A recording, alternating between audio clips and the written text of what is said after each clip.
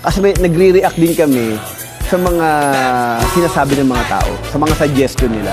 Sobrang halaga sa amin ng mga comments nila. Kaya kami, sabi ko nga, pero yung mga negative, yung talagang wala lang, yung may masabi, hindi na natin pinapansin. Pero may mga magagandang punto, yun ang kinukuha namin. Yun ang mga nagiging bala namin para magkaroon pa kami at sumaba pa kung saan kami pupunta. Hindi ko alam kung if you lost count already. Ilan na artist mo na? Hindi ko na alam.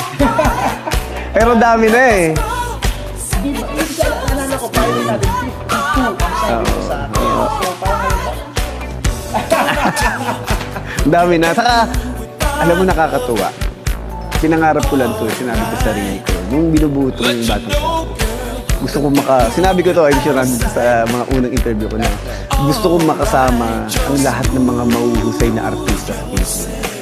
At kung titignan mo, halos lahat, hindi kompleto kasi dami pa talagang pero ang huhusay talaga. At sobra akong proud, isa pa, Kalamakoy, sa mga young actors. Napaproud ako kasi nakakasabay sila, tapos nakikita mo yung development na ang huhusay, tapos siguro nga sabi ko nga yung achievement na parang mapasama ka. Ako, honestly, hanggang ngayon, pag nakakatrabaho ko yung mga artista, na natutulala ako, and then sinasabi ko sa sarili ko, dati pinanonood ko lang ito, tapos yung katrabaho ko na, napakasarap sa pakiramdam. Kaya yung like kung sa set ngayon, yung pagmamahal at respeto doon sa mga co-actors namin, lalo na sa mga veterans, dapat ma-implement. Kasi yun sa totoo lang, every time na may naririnig ako mga interview, napapanood ko, yun yung mga komento o sinasabi ng mga veteran actors na dapat yun ang hindi nakakalimutan ng mga baguang artista. Yung ano yung nakagawian, ano yung tamang pakikitungo sa mga veteran actors o pakikitungo mo sa trabahong ito. Kasi hindi to hindi to racket lang, hindi to pasikatan, hindi to parami ng followers. Totoong hanap buhay ito. At kapag minahal mo itong trabahong to, mamahalin ka rin ito trabaho. Pag-uusapan natin ngayon, hindi ba bago? Pero bago yun, yung the spot mo na. Madami.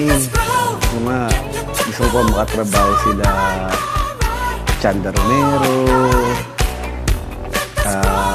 yung mga actually yung mga mahuhusay nating mga actress and actors sa mga sila Ami Austria. O syempre, grabe yung di ba, parang Gina Arlahar, di ba, sila Tita Rio Locsin. Gusto ko silang kasi sabi ko hindi ko naman pwede mapagsabay-sabay.